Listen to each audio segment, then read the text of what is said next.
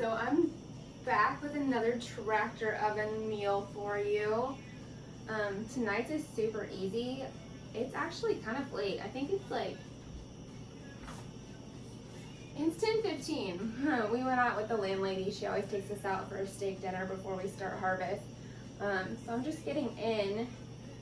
But I knew I wouldn't have time tomorrow night, and there's a chance we'll be in the fields the day after. So this might be my last chance to get one more round of meals in. So we are making like homemade Hot Pockets, and tonight's filling is cheesy broccoli chicken. So super easy. We got the shredded chicken, we got the broccoli, cheese.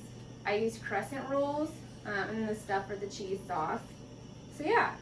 And then tonight's drink of choice is a Natter Day in my No Roots Boots koozie.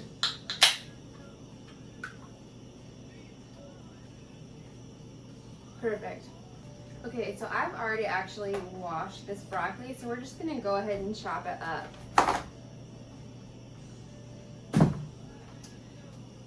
And then I'm just actually gonna steam it in the microwave because it's way easier and a lot faster. And for this, I feel like it kind of works the best because it doesn't get too mushy. Like when I boil it, I can't get it right.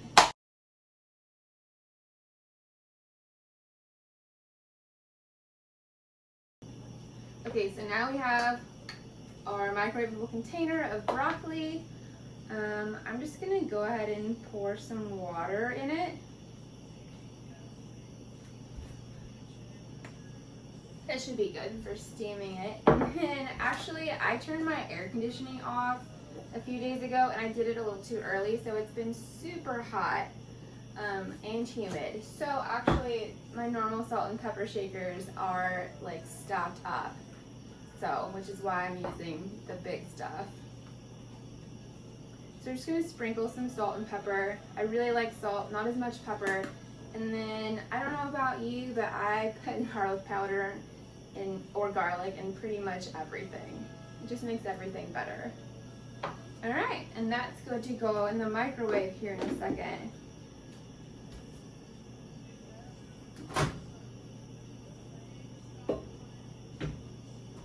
Oh, I completely forgot, rookie mistake, to preheat the oven when I first started. So the crescent rolls are for 375, so we're just gonna go ahead and do that now.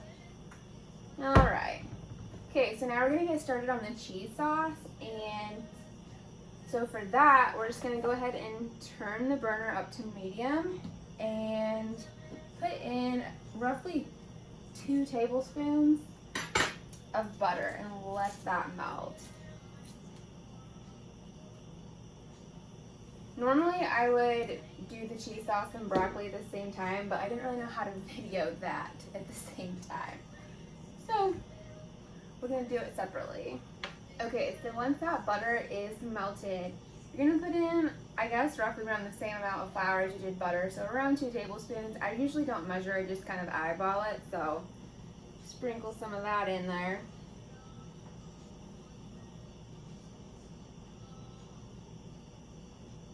Okay, and then you're just gonna whisk it pretty much constantly and get that butter and flour completely mixed together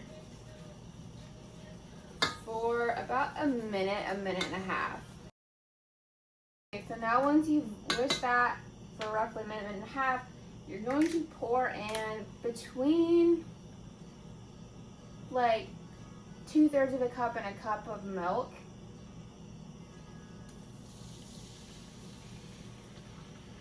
Again, I just kind of eyeball it. And get that completely mixed up. And then once that's in there, turn the burner back down to low. So that's gonna thicken up with the heat. And so then, actually that's still a little hot. I use triple cheddar, whatever the store has. It's just a small town IGA, so I take what I can get. And then I usually pour the whole thing of this like bag in. Usually they're about roughly 2 cups. And I like things cheesy. Movies, jokes, food, all of it cheesy. I know you're supposed to like put it in slowly a little bit at a time, but I usually just go for it and dump the whole thing in there. I know that's not technically how you're supposed to do it, but it works for me. So while we're waiting on the last few shreds of cheese to really melt in there, we're gonna go ahead and steam the broccoli in the microwave. So it's already in there. I usually just do it for like 4.5 minutes. Like I said, I don't like my broccoli mushy. Plus, it's gonna go back in the oven and mix with everything else in the crescent roll. So it's gonna have that heat too, plus you heating it back up. So since there's more, I'll just do 4.5. So this is what the cheese sauce looks like. I like it a little bit on the thicker side, just so it, like I'm putting it in like homemade Hot Pockets. That way it doesn't just run down my hands while I'm trying to eat it in a tractor. So the broccoli is done. It's all steamed and plenty soft enough. So we're just gonna, this was not the smartest. Pour it back out on the cutting board without making a mess.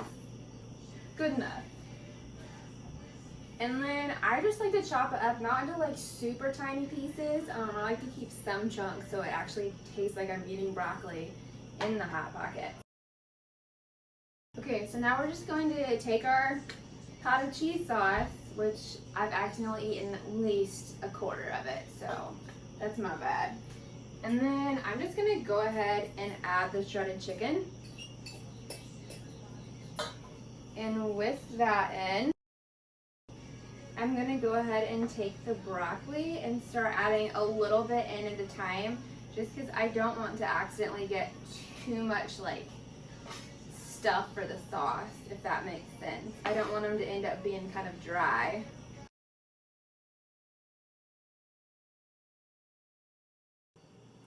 Okay, so this is what it looks like. I actually did leave some of the broccoli pieces a little bit bigger than I usually do, just to try something different out. But yeah, that's the mixture. It's the chicken, broccoli, and the cheese sauce.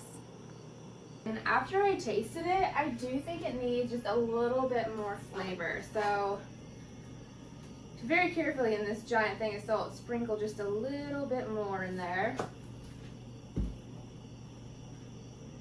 Another pinch of pepper. And then, like I said, you never have too much garlic powder.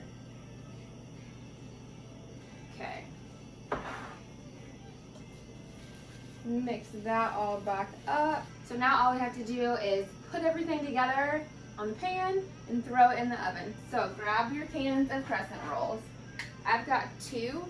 Each pan has 8 rolls, but 8 rolls only equal 4 little Hot Pockets, because I use 2 rolls per Hot Pocket, so make sure you have enough. So now you're just going to roll out the crescent rolls, and you'll get the 2 triangles. So you're just gonna pinch those together so they make a rectangle. Okay, so once we have those pinched together to make a rectangle, we're just gonna take a big old scoop of that filling and put it right there. And then we're just going to fold that over. And then I actually got some water to put along the edges. It just kind of helps it stick a little bit better.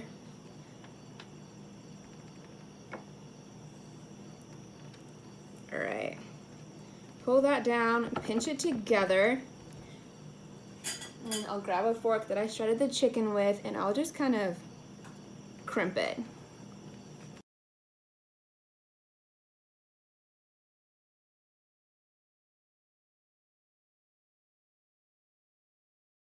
You're also going to want to cut like just a little slit in the top of it. That way some of the steam can get out. I know they're not like the prettiest things in the entire world, but it's late and I'm tired, and they're still going to taste good in the outer car. So we're just going to go ahead and pop them in the oven for about 10 minutes, or until this is like a nice golden brown. It took a little bit longer than 10 minutes, but these look like they're good to come out of the oven. the oven off before I forget, because done that before, woken up the next day and it's still on. So these actually look pretty dang good.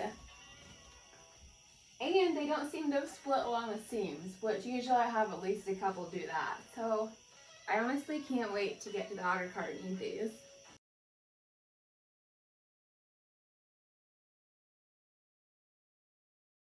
I obviously took the time while those were in the oven to get completely ready for bed, no makeup, glasses, pajamas, and I also accidentally just threw my koozie in the trash and put my empty Naturday can back in the cabinet. So I think that I just need to go to bed.